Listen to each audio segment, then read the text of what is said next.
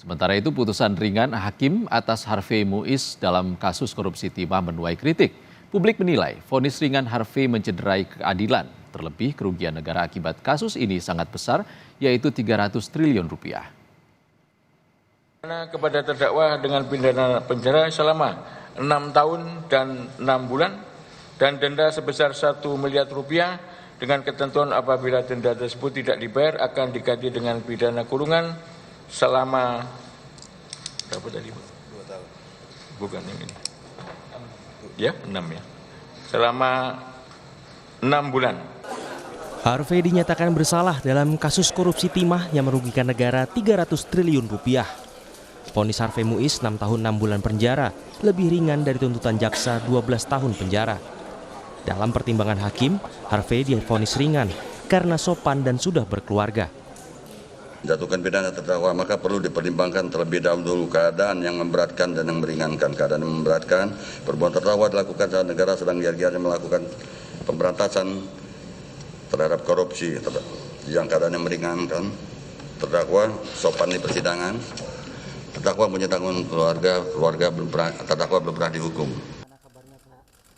Atas putusan yang jauh dari tuntutan jaksa, kejaksaan resmi mengajukan banding atas vonis Harvey dalam kasus korupsi timah.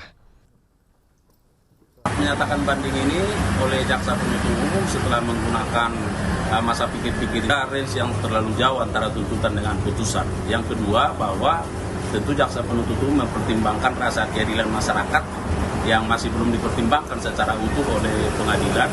Dan yang ketiga, terkait dengan unsur kerugian keuangan negara. Kita tahu bahwa di sana ada kerugian lingkungan sehingga kerugian keuangan negara yang masih sangat besar, ya 300 triliun. Kritik pun bermunculan atas vonis ringan Harvey Muiz. Menko Polhukam 2019-2024 Mahfud MD menilai vonis yang diterima Harvey Muiz menusuk rasa keadilan masyarakat. Itu sungguh menusuk rasa keadilan. Karena apa? 6,5 tahun itu kok kecil sekali bagi orang yang menggarung kekayaan negara. 300 triliun hanya diambil 210. Lalu ada yang mengatakan, Pak, itu 300 itu kan potensi, bukan potensi.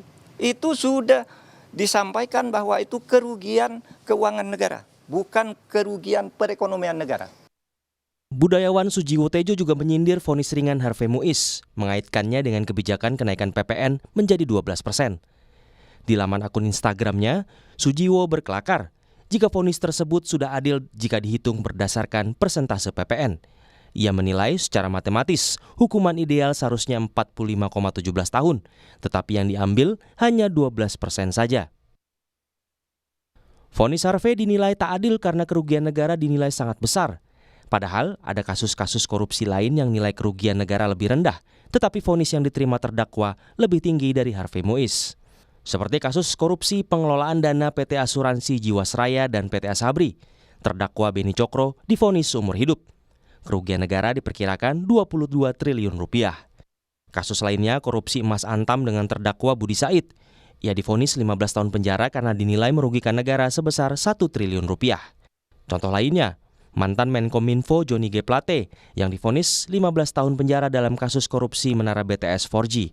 Perhitungan BPKP, kerugian negara mencapai 8 triliun rupiah.